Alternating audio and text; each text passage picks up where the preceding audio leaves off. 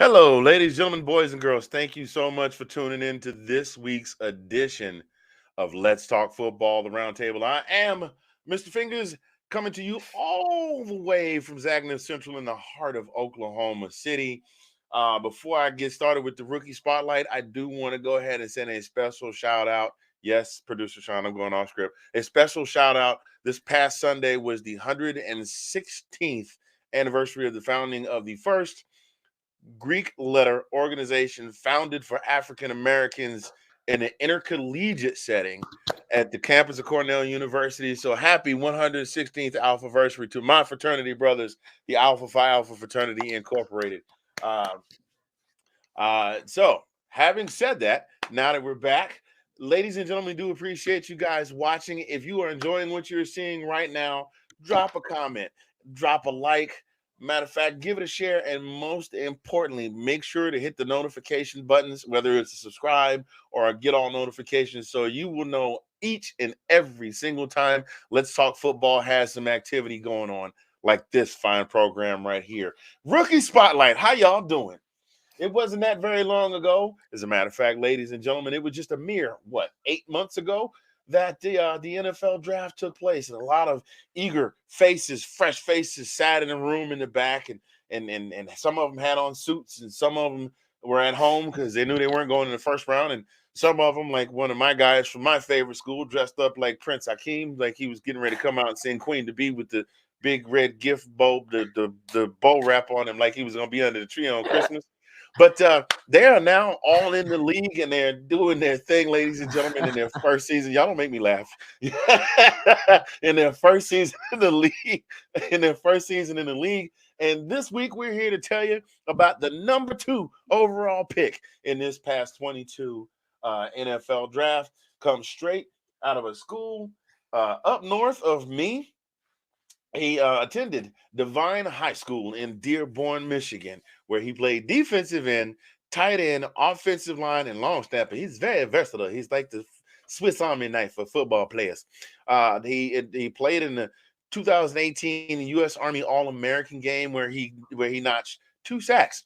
And he wound up committing to play college football at the University of Michigan, where, fun fact, his father played from 1988 to 1992. And you want to talk about really make me feel old? Guess who else enrolled in college in 1988? I give you a hint. It's not the other 2 hosts of this show.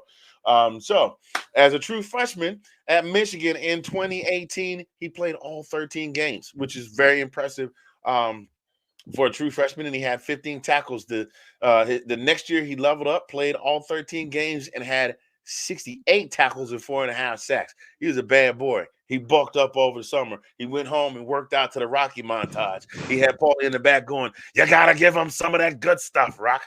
Anyway, so as a junior in 2020, he started the first 3 games, and then he had a season-ending injury, unfortunately. But then he came back his senior season. He set the team's single season sack record at 14, and he also won a whole bunch of awards like the Ted Hendricks Award, the Lombardi. Okay, we're doing the Dirty Dancing.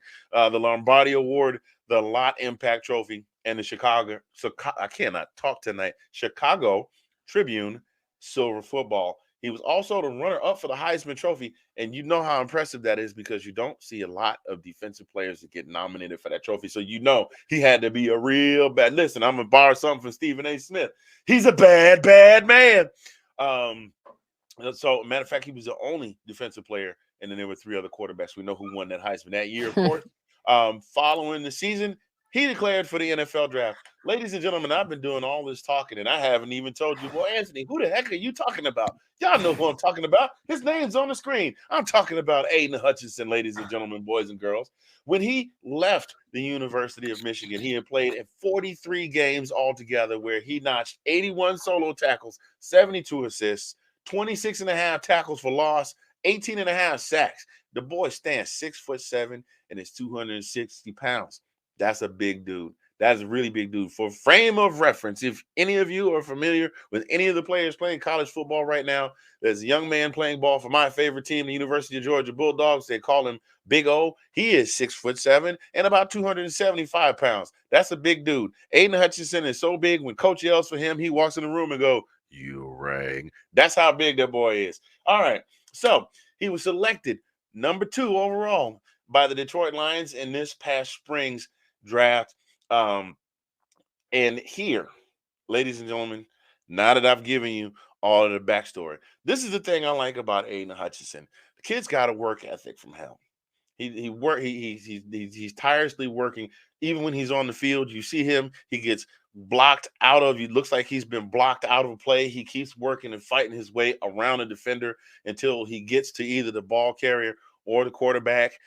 He also very efficient coming in from the right side of the line with a nice swim move so he can get around a defender either on the inside or the outside to make some to notch some sacks. I am having a difficult time talking tonight, ladies and gentlemen. Hold on a second.